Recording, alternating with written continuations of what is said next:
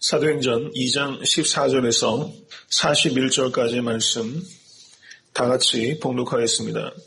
베드로가 11사도와 같이 서서 소리를 높여 가로되 유대인들과 예루살렘에 사는 모든 사람들아 이 일로 너희로 알게 할 것이니 내 말에 귀를 기울이라.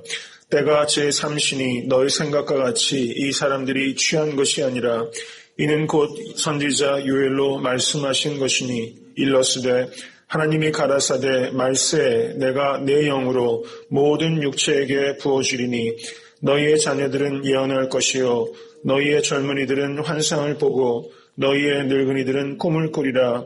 그때 내가 내 영으로 내 남종과 여종들에게 부어주리니 저희가 예언할 것이요 또 내가 위로 하늘에서는 기사와 아래로 땅에서는 징조를 베풀리니 곧 피와 불과 연기로다. 주의 크고 영화로운 날이 이르기 전에 해가 변하여 어두워지고 달이 변하여 피가 되리라. 누구든지 주의 이름을 부르는 자는 구원을 얻으리라 하였느니라. 이스라엘 사람들아 이 말을 들으라. 너희도 아는 바에 하나님께서 나사렛 예수로 큰 권능과 기사와 표적을 너희 가운데서 베푸사 너희 앞에서 그를 증거하셨느니라. 그가 하나님의 정하신 뜻과 미리 하신 대로 내어준 바 되었거늘 너희가 법 없는 자들의 손을 빌어 못 박아 죽였으나 하나님께서 사망의 고통을 풀어 살리셨으니 이는 그가 사망에게 매여 있을 수 없었음이라. 다윗이 저를 가리켜 가로되 내가 항상 내 앞에 계신 주를 배웠으며 나로 요동치 않게 하기 위하여 그가 내 우편에 계시도다. 이러므로 내 마음이 기뻐하였고 내 입술도 즐거워하였으며 육체는 희망에 거하리니 내 영혼을 음부에 버리지 아니하시며 주의 거룩한 자로 썩음을 당치 않게 하실 것이미로다. 주께서 생명의 길로 내게 보이셨으니 주의 앞에서 나로 기쁨이 충만하게 하시리로다 하였으니 형제들아 내가 조상 다윗에 대하여 담대히 말할 수 있노니 다윗이 죽어 장사되어 그 묘가 오늘까지 우리 중에 있도다. 그는 선지자라 하나님이 이미 맹세하사 그 자손 중에서 한 사람을 그 위에 앉게 하리라 하심을 알고 미리 보는 거로 그리스도의 부활하심을 말하되 저가 음부에 버림이 되지 않고 육신이 썩음을 당하지 아니하시리라 하더니 이 예수를 하나님이 살리신지라. 우리가 다 이 일의 증인이로다. 하나님이 오른손으로 예수를 높이시며 그가 약속하신 성령을 아버지께 받아서 너희 보고 듣는 이것을 부어주셨느니라.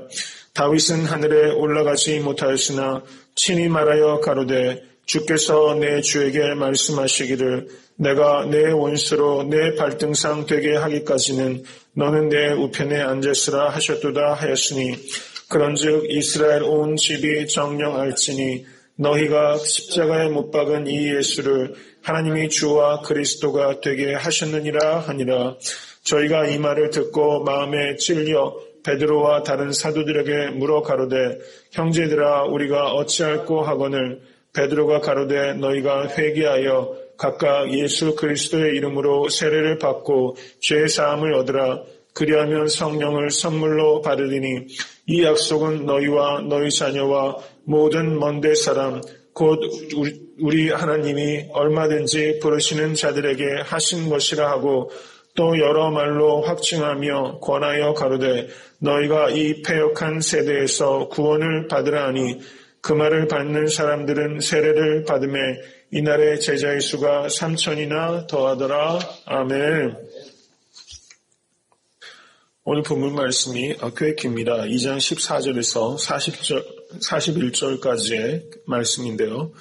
이것은 2장 1절에서 13절의 오순절 성령 강림 사건에 대한 사도 베드로의 설명이자 베드로 사도의 첫 번째 설교에 해당되는 부분입니다. 2장 40절을 보시면 또 여러 말로 확증하여 권하여 가로되 라고 말하면서 지금 베드로의 설교로 지금 나타나고 있지 않은 다른 많은 말들도 있었다는 것을 의미하는 것입니다. 그러므로 이 베드로의 설교는 긴 설교의 핵심적인 내용에 대한 요약이다 이렇게 볼 수 있다는 것이죠. 사도행전을 영어로 acts라고 말합니다. 행위라는 것이죠. 행위들. 그런데 실질적으로는 사도행전은 X만 있는 것이 아니라 많은 연설들, 어드레스가 있습니다. 여기에 오늘 본문은 베드로의 첫 번째 연설입니다. 베드로의 설교가 이 사도행전에 8번, 적어도 8번, 그리고 바울 사도의 설교가 적어도 9번. 제가 적어도라고 표현하는 것은 이렇게 직접적인 인용으로 연설문의 형태는 아니더라도 간접적으로 연설이라고 말할 수 있는 내용들이 들어가 있는 부분들이 있다는 것입니다. 그래서 학자들이 그것을 설교로 분류하는 사람도 있고 그렇게 분류 안 하는 사람도 있기 때문에 적어도 8번, 적어도 9번 이런 표현이 가능하다는 것이죠. 그리고 스데반의 설교가 7장이 전체를 할애해서 있습니다. 그리고 야곱의 설교도 있고 그래서 전체적으로는 사도행전 전체의 내용의 4분의 1이 바로 이 설교에 할애되고 있다는 것입니다.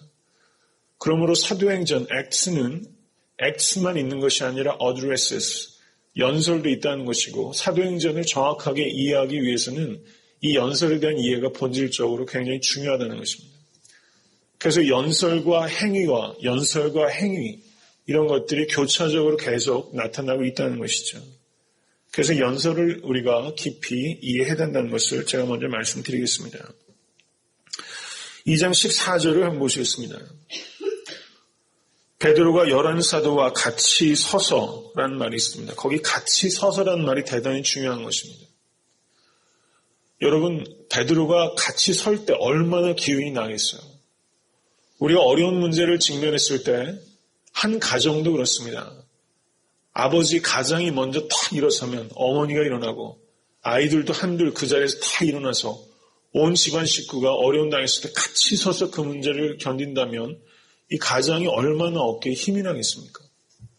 이 교회에서도 교회의 큰 문제들, 어려운 문제가 있을 때 전쟁터에 가면 어떻습니까? 일반적으로 그 장군들은 제일 뒤에 있죠. 근데 경우에 따라서는 장군이 제일 앞장설 때가 있습니다. 알렉산더 대왕이 그 정복 전쟁을 할 때 한 전쟁 가운데서 보통 황제들은 흰 말을 탑니다. 타겟이 되기 쉽습니다. 근데 알렉산더가 부하들에게 일장 연설을 한 다음에 적진 한가운데로 알렉산더가 제일 먼저 뚫고 들어갔다는 것입니다. 그런 리더를 보는 그 부하들의 마음은 어땠겠어요? 내가 저 사람을 위해서 목숨 걸고 싶다는 생각이 드는 것이죠. 정말 애틀랜타 섬기는 교회는 같이 일어서는 교회가 되어야 되는 것입니다. 여러분들이 있는 처처에서 같이 일어서주는 분 되실 수 있기를 축원합니다. 1장 14절을 한번 보시겠습니다. 1장 14절. 오늘 설교는 조금 길 것 같아요. 내용이 많아서 좀 양해하시기 바랍니다. 1장 14절. 다시 한번 읽겠습니다. 여자들과 예수의 모친 마리아와 예수의 아우들로 더불어 마음을 같이하여 전혀 기도에 힘쓰니라. 더불어 마음을 같이하여 제가 강조한 바가 있습니다. 초대교회로 되돌아가자 이렇게 얘기하는데 그것을 성령의 능력에만 국한해서 이해하는 것은 제한적인 것입니다. 초대교회의 특징은 같이 일어서는 교회, 더불어 마음을 같이하는 교회라는 것입니다. 1장 22절을 한번 보시겠습니다. 1장 22절. 다 같이 읽습니다. 항상 우리와 함께 다니던 사람 중에 하나를 세워 우리로 더불어 예수의 부활하심을 증거할 사람이 되게 하여야 하리라 하거늘. 역시 함께, 더불어가 굉장히 강조가 되고 있다는 것이죠. 여러분들, 우리가 정말 성숙한 그리스도인은 더불어 무엇을 같이 생각하고 도모할 수 있는 사람이어야만 된다는 것입니다. 더불어 못하는 사람은 성숙하지 않은 사람이에요. 2장 1절을 다시 한번 읽겠습니다. 오순절이 이미 이름에 저희가 다 같이 한 곳에 모였더니, 다 같이란 말, 그리고 한 곳이란 말이 이 유니티를 강조하는 것입니다. 유니티, 이것이 초대교회의 핵심이었어요. 유니티가 있을 때 퓨리티가 있는 것입니다. 하나가 되지 못하면 퓨리티는 없어요. 거룩함은 반드시 하나됨입니다. 이것을 우리가 생각해야 돼요. 디비전, 교회를 가르는 여한 일도 옳고 그르고가 문제가 아닙니다. 옳은 것 얘기하다가 디비전, 분열이 생기는 것입니다. 그래서 하나를 깨트리는 것은 무조건 안 해야 되는 거예요. 그것을 우리가 생각해야 되는 것입니다. 같이 서서 2장 14절 보시기 바랍니다. 소리를 높여 가로되 유대인들과 예루살렘에 사는 모든 사람들아, 이렇게 말하면서 이 베드로가 얼마나 담대한 걸 보세요. 이 담대함이 29절을 한번 보시겠습니다. 2장 29절. 다시 한번 읽겠습니다. 형제들아, 내가 조상 다윗에 대하여 담대히 말할 수 있노니 다윗이 죽어 장사되어 그 묘가 오늘까지 우리 중에 있도다. 아멘. 아까 여기 읽으실 때 김용구 집사님이 담대히 말할 수 있는 거에 힘을 주어서 읽으시더라고요. 지사님께 그런 담대함이 있으시게 되기를 간절히 바랍니다. 베드로가 지금 오순절이에요. 오순절이면 6월절로부터 50일 뒤입니다. 6월절 때 베드로가 어떻게 했죠? 예수님 3번 부인했던 사람이에요. 지금 이 예루살렘은 살풍경입니다. 예수님 살인당하신 지 50일밖에 안 됐어요. 지금 이렇게 담대히 말하는 목숨 건 겁니다. 부활의 증거는 무엇입니까? 제가 지난주에 설교하면서 말씀드렸지만 성경은 부활을 과학적으로 논증할 뜻이 전혀 없어요. 성경은 부활을 어떻게 증거하는가? 담대히 서서 말하는 베드로의 변화를 통해서 예수님이 부활하셨다는 걸 증거하는 것입니다.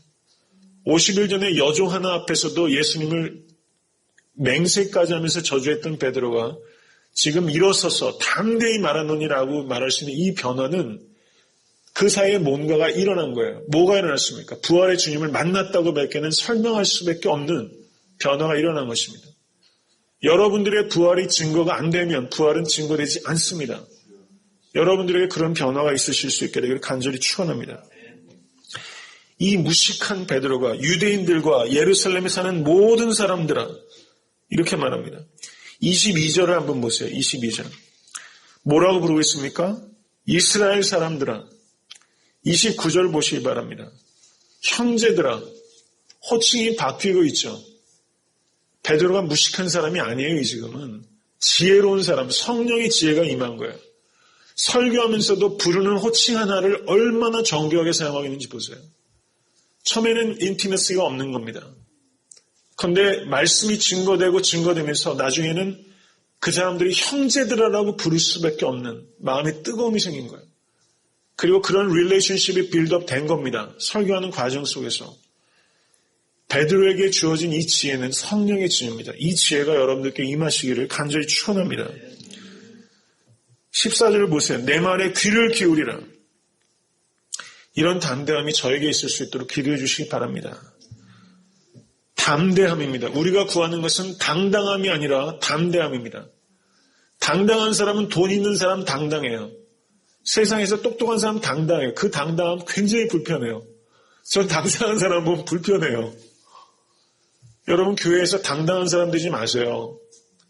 없고 힘든 사람 굉장히 힘들어합니다. 주일날 보면 다른 사람하고 눈 맞추는 것도 고통스러운 분들이 계세요. 그런 사람들 앞에 당당한 건 죄입니다. 담대하시기 바랍니다. 담대함은 겸손함과 같이 갈 수 있지만 당당함은 겸손함과 같이 갈 수 없습니다. 그래서 저에게 필요한 건 역시 담대함입니다. 저도 굉장히 샤이한 사람이에요. 근데 저는 담대할 수 있길 원하는 겁니다. 담대함. 그것이 우리가 구하는 것입니다. 2장 15절을 보시기 바랍니다. 때가 몇 시입니까? 제3시니. 3시가 몇 시겠어요? 3시가 마이너스 6 하면 됩니다. 아침 9시입니다. 때가 제3시니 너희 생각과 같이 이 사람들이 취한 것이 아니라, 이 말은 아침 9시에 술 취한 사람이 어디 있겠느냐.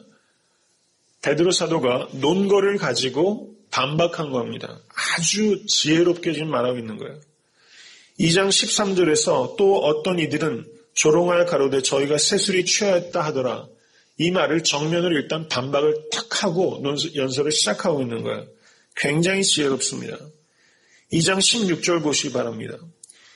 요엘을 인용하고 있어요. 베드로가 언제부터 이렇게 구약 성경에 능통했는지 요엘서로 성경을 가지고 논박하고 있습니다. 이것은 요엘서 2장 28절에서 31절에 대한 인용이며 해석입니다. 그리고 뒤에 보시면 2장 25절을 한번 보세요. 2장 25절. 다윗이 저를 가리켜 가로되, 이거는 시편 16편 8절에서 11절에 대한 인용입니다. 그리고 뒤를 보시면 2장 34절을 한번 보세요. 다윗은 하늘에 올라가지 못하였으나 친히 말을 가로되, 이 뒤에 부분은 시편 110편에 대한 인용이에요. 그러니까 베드로의 첫 번째 설교는 요엘서와 시편 16편과 110편을 인용해서 논거를 가지고 반박하고 있다는 것입니다. 그러면 지금 베드로가 지금 말씀하고 있는 핵심은 2장 17절, 우리 다 같이 한번 읽어보겠습니다. 17절, 18절.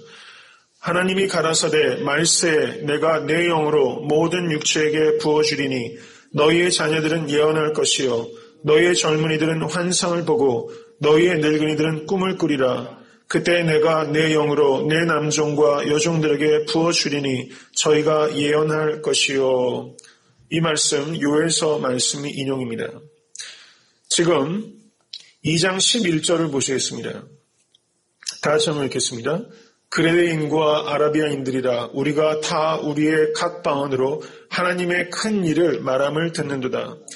여기서 하나님의 큰 일을 말함을 듣는도다. 이것을 사람들이 놀라고 또 조롱하는 사람이 있었던 것입니다. 그것을 지금 사도 베드로는 요엘서를 인용하면서 그 사람들이 방언으로 하나님의 큰 일을 말하는 것을 요엘서의 성취로 해석하고 있는 것입니다.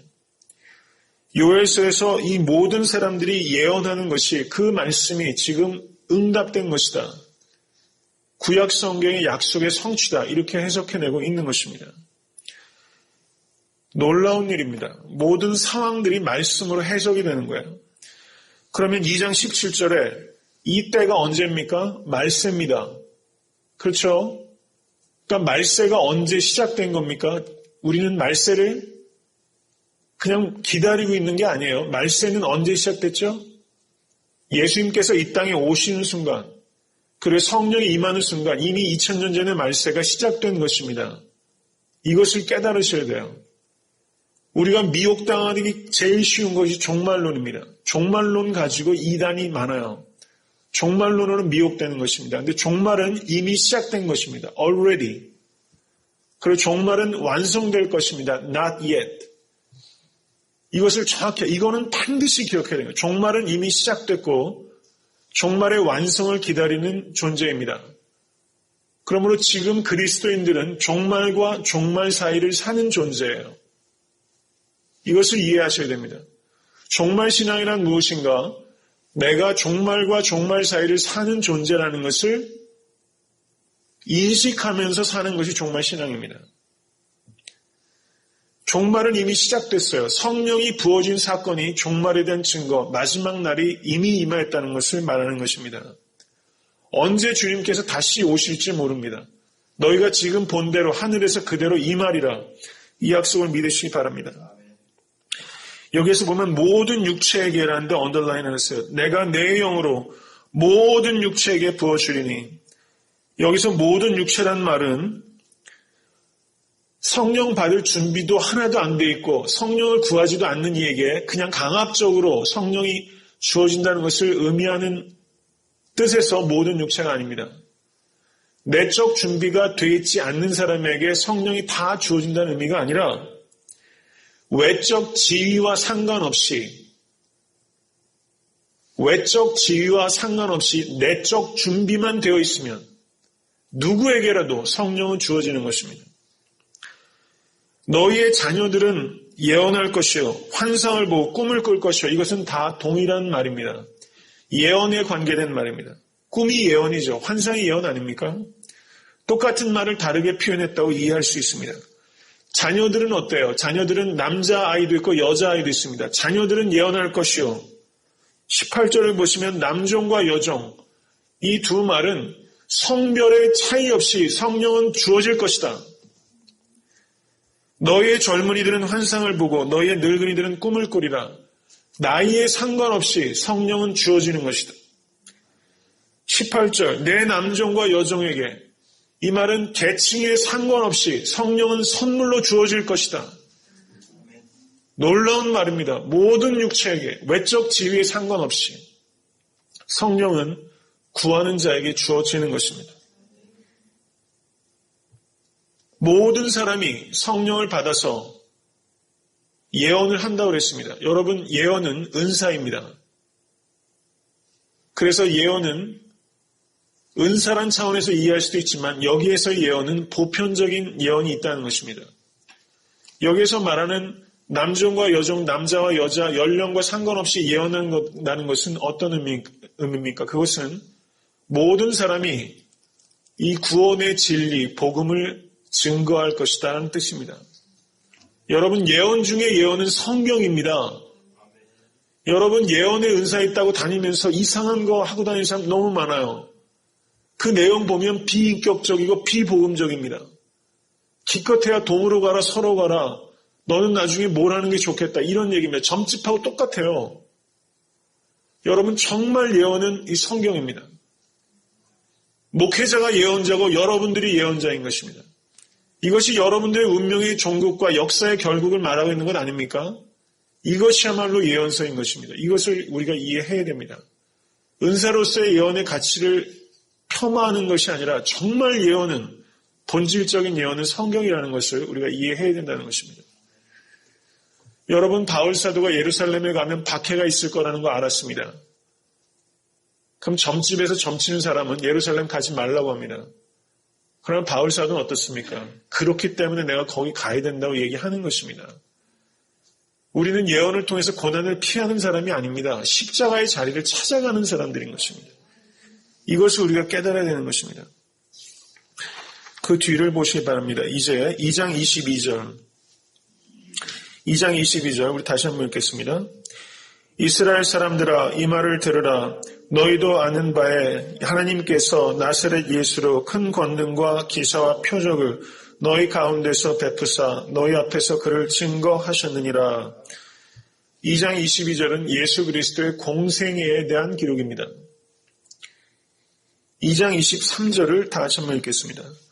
그가 하나님의 정하신 뜻과 미리 아신 대로 내어준 바 되었거늘 너희가 법 없는 자들의 손을 빌어 못 박아 죽였으나. 이거는 예수 그리스도의 죽으심에 대한 기록입니다. 예수 그리스도께서 죽으신 것은 미리 계획하시고 아신 바 되어서. 여러분 어떻습니까? 빌라도가 예수 그리스도가 자기가 놓을 권이 있다고 했죠. 예수님이 그런데 아니라고 말씀하셨습니다. 예수님은 스스로 십자가를 지신 것입니다. 이것을 우리가 알아야 되는 것입니다. 십자가에 달려 죽은 사람 많이 있었습니다. 그렇지만 선택해서 십자가에 달리시고 그 죽음의 결과가 모든 인류의 구원과 연관된 죽음은 오직 예수 그리스도의 십자가 하나밖에 없었던 것입니다. 2장 24절 다 같이 한번 읽겠습니다. 하나님께서 사망의 고통을 풀어 살리셨으니 이는 그가 사망에게 매어 있을 수 없었습니다. 아멘. 할렐루야. 여기서 보시면 이것은 예수 그리스도의 부활에 대한 기록입니다. 베드로 사도의 설교는 부활의 에센스, 부활의 핵심, 캐리그마, 원시복음을 함축적으로 나타내고 있는 것입니다. 우리가 전도 훈련할 때 사실은 이 베드로의 설교를 잘 연구하면 전도할 때 내용의 핵심이 다 나오는 거예요. 예수 그리스도의 공생애와 죽으심과 부활에 대한 기록이 여기 있는 것입니다. 2장 23절 제일 뒤를 한번 보세요. 너희가 법 없는 자들의 손을 빌어 못 박아 죽였으나 하나님께서 사망의 고통을 풀어 살리셨으니. 이것을 신학적으로 reversal theme이라고 합니다. 역전의 주제입니다. 역전. 못 박아 죽였으나 하나님께서 사망의 고통을 풀어 살리셨으니. 믿으십니까? 3장 15절 한번 보시겠습니다. 3장 15절. 다시 한번 읽겠습니다. 생명의 주를 죽였도다. 그러나 하나님이 죽은 자 가운데서 살리셨으니 우리가 이 일의 증인이로다. 아멘. 여기 그러나 역전이라는 것입니다. 부활은 한번 따라해서요. 심지어 죽음조차 끝이 아니다. 부활신앙은 바로 그 텀 하나로 요약되는 것입니다. 심지어 죽음조차 끝이 아니다. 암이 끝입니까? 돈 잃어버린 게 끝입니까? 남편이 속성이 끝 아니에요. 심지어 죽음조차 끝이 아니다. 부활신앙은 이렇게 그러나 역전의 신앙인 것입니다. 4장 10절과 11절 한번 보시겠습니다. 4장 10절과 11절. 4장 10절만 읽겠습니다. 다 같이 읽습니다. 너희와 모든 이스라엘 백성들은 알라. 너희가 십자가에 못 박고 하나님이 죽은 자 가운데서 살리신 나사렛 예수 그리스도 이름으로 이 사람이 건강하게 되어 너희 앞에 섰느니라. 너희가 십자가에 못 박은 그 예수를 하나님이 죽은 자 가운데서 살리셨습니다. 이 역전입니다. 그래서 지금 어떻습니까? 안진뱅이가 일어나 걷는 것입니다. 이 부활의 신앙이 우리의 삶의 모든 것들을 해석하고 역전해내는 것입니다. 2장 24절로 다시 돌아가겠습니다. 이는 그가 사망에게 매여 있을 수 없었습니다. 부활 신앙이 있는 사람은 매여 있을 수 없는 것입니다. 갇혀 있을 수 없습니다. 큰 돌이 옮겨졌습니다. 여러분들께서 지금 매여 있는 그곳에서 노임을 받으실 수 있게 되기를 간절히 바랍니다. 2장 29절 한번 보시겠습니다. 2장 29절. 형제들아, 지금 베드로가 말하고 있습니다. 여기에서 이 형제들아라고 부르는 이 사람들은 누굽니까? 지금 본문의 전체적인 문맥에서는 2장 13절 조롱하는 자들을 형제들이라고 부르고 있는 것이고, 또 다르게 말하면 2장 36절 한번 보세요. 다 같이 읽겠습니다. 그런즉 이스라엘 온 집이 정령 알지니 너희가 십자가에 못 박은 이 예수를 하나님이 주와 그리스도가 되게 하셨느니라. 여기서 너희가라는 말을 좀 언더라인 하시기 바랍니다. 여러분 설교 듣는 사람 마음이 편했을까요? 너희가 주와 그리스도를 죽였다는 것입니다. 그래서 이것을 잘못 해석한 사람은 엔타이세마이티즘, 반유대주의로 발전시키는 그런 기독교 역사, 잘못된 오류가 있습니다. 여기서 지금 베드로가 얘기하는 것은 엔타이세마이티즘, 반유대주의가 아니에요. 사실을 말하고 있는 것입니다. 말씀은 이렇게 사실을 드러내는 것입니다. 상대방의 증오를 쏟아내고 있는 것이 아니라 회개할 수 있도록 사실을 말하고 있는 거예요. 여기서 너희가라는 말은 성경 원어는 일반적으로 인칭대명사를 생략합니다. 그런데 여기에서 너희가 휴이메이스, 인칭대명사를 의도적으로 넣고 있어요. 이것은 너희가 강조하고 있는 것입니다. 베드로는 지금 예수님을 십자가에 못 박은 너희를 지금 형제들이라고 부르고 있는 것입니다. 기독교 공동체의 능력은 나를 죽인 사람도 형제들이라고 부를 수 있는 능력이라는 거예요. 여러분들께서 지금 형제들이라고 부르기가 제일 어려운 사람이 교회에도 있을 것입니다. 저 사람은 정말 용납이 안 되는 사람. 가정에서도 직장에서도. 근데 정말 참신앙은 그 사람을 형제들이라고 부르기 위해서 끊임없이 씨름하고 마침내 죽을 똥 살 똥 하다가 형제들이라고 불러내는 것입니다. 그랬더니 36절을 한번 보세요. 36절. 37절 다 같이 읽겠습니다. 저희가 이 말을 듣고 마음에 찔려 베드로와 다른 사도들에게 물어가로되 형제들아 우리가 어찌할꼬 하거늘. 이 형제들은 누굽니까? 말씀을 듣던 사람들이 지금 베드로를 형제들이라고 말하고 있는 것입니다. 여러분들께서 먼저 형제들이라고 말할 때 그 원수 같은 사람이 여러분의 형제라고 부르게 된다는 것입니다. 이게 신앙의 능력입니다. 2장 32절에 베드로 사도가 우리가 다 이 일의 증인이로다 말하고 있습니다. 이 증인이로다라는 말이 사도행전의 13회에 나타나고 있습니다. 증인은 사도들만이 아니라 여러분과 제가 증인으로 부름받은 것을 기억하실 수 있게 되길 바랍니다. 이 일은 무엇입니까? 예수 그리스도의 부활의 증인입니다. 2장 33절부터는 하나님이 오른손으로 예수를 높이시되 이렇게 말하면서 33절부터 36절까지는 예수 그리스도의 올리우심에 대해서 설교하고 있는 것입니다. 그러니까 복음의 내용은 예수 그리스도의 생애와 죽으심과 부활과 승천과 재림을 증거하는 것이 복음의 핵심입니다. 그래서 2장 37절 말씀을 보시겠습니다. 이 복음을 들었을 때 마음에 찔렸다라는 표현이 있습니다. 이 단어의 뜻은 관통했다는 뜻입니다. 관통했다. 이 단어는 칼로 깊숙이 찔렸다는 뜻이 있습니다. 스텝됐다는 것입니다. 그 또 다른 의미가 뭐가 있냐면 여러분 말 타보셨어요? 말 타보셨어요? 네. 말이 말굽이 굉장히 세지 않습니까? 야생마 같은 말들은 말굽으로 어때요? 땅을 치면 그 딱딱했던 땅이 막 퍽퍽 날아가는 땅이 패입니다. 그렇게 말굽의 땅이 패이는 그 패임이 바로 여기에서 이 찔림입니다. 이 찔림은 그렇게 마음이 패이는 거예요. 여러분 하나님의 말씀으로 여러분 마음에 패이는 것이 은혜입니다. 안 패이는 게 문제인 거예요. 제가 설교할 때 여러분 마음이 패이면 제가 누구를 타겟해서 얘기하는 게 아니에요. 오해 마시기 바랍니다. 요즘 제가 그 소리를 자꾸 들어가지고 내가 어떻게 설교해야 되나.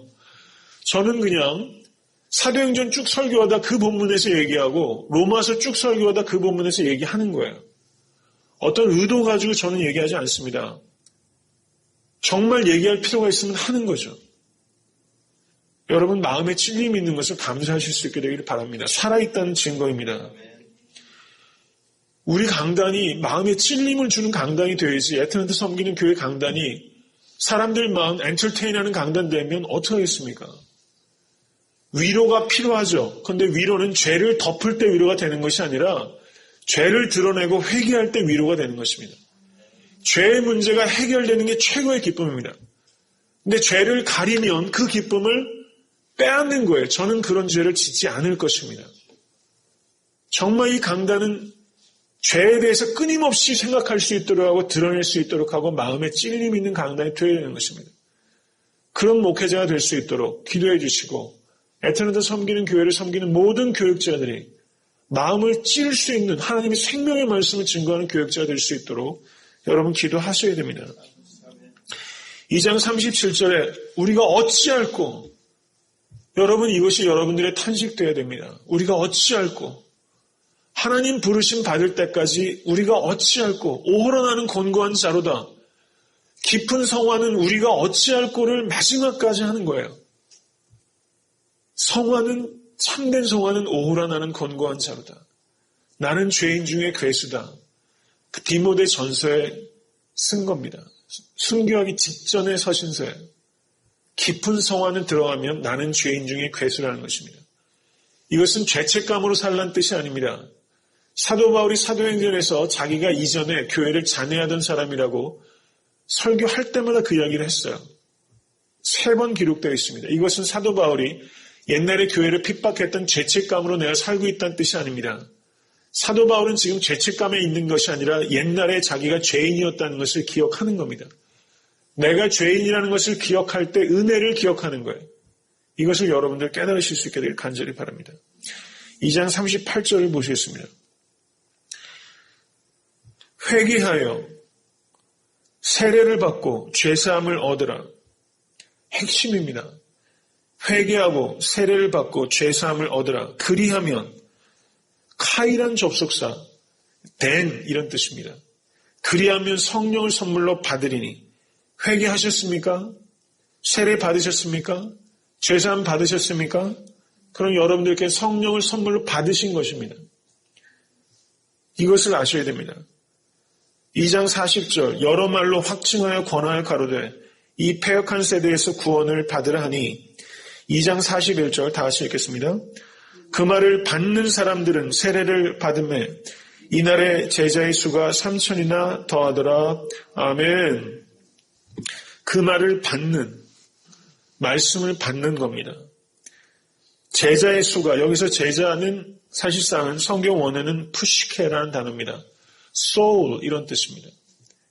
여기서 이 사람들을 제자로 번역하는 것은 보다는 생명, 영혼이 구원받은 백성이지 의역한 거라고 볼 수 있어요. 영어번이 일반적으로 souls 이렇게 번역을 합니다. 푸시케. 생명이 3,000명이나 더해진 겁니다. 몇 명이 기도하고 있었습니까? 오늘 손일상 기도하셨지만 오순절 사건이 120명이었죠. 지금 3,000명이 더해졌습니다. 3,120명. 26배 폭발적인 증가가 있었어요. 여러분 대형 교회 다 잘못된 것 아닙니다. 큰 교회의 역할이 있고 작은 교회의 역할이 있어요. 그래서 이렇게 폭발적인 증가 자체가 잘못됐다고 우리가 얘기하는 것도 교만이에요. 전 그렇게 얘기하고 싶지 않습니다. 그 역할들이 귀한 역할들이 있었다는 것이죠. 여기에서 우리가 생각할 수 있는 것은 이 3,000명에게는 불의 여같이 임한 성령의 그런 외관적인 현상은 성경에는 없어요. 그렇죠? 그런데 이 사람들은 성령을 받은 사람들입니까? 이 3,000명은? 회개하여 세례를 받고 죄사함을 얻으라. 그리하면 성령을 선물로 받으리니. 이 3,000명은 성령을 선물로 받은 사람입니다. 그런데 외형적인 초자연적인 현상에 대한 언급은 없어요.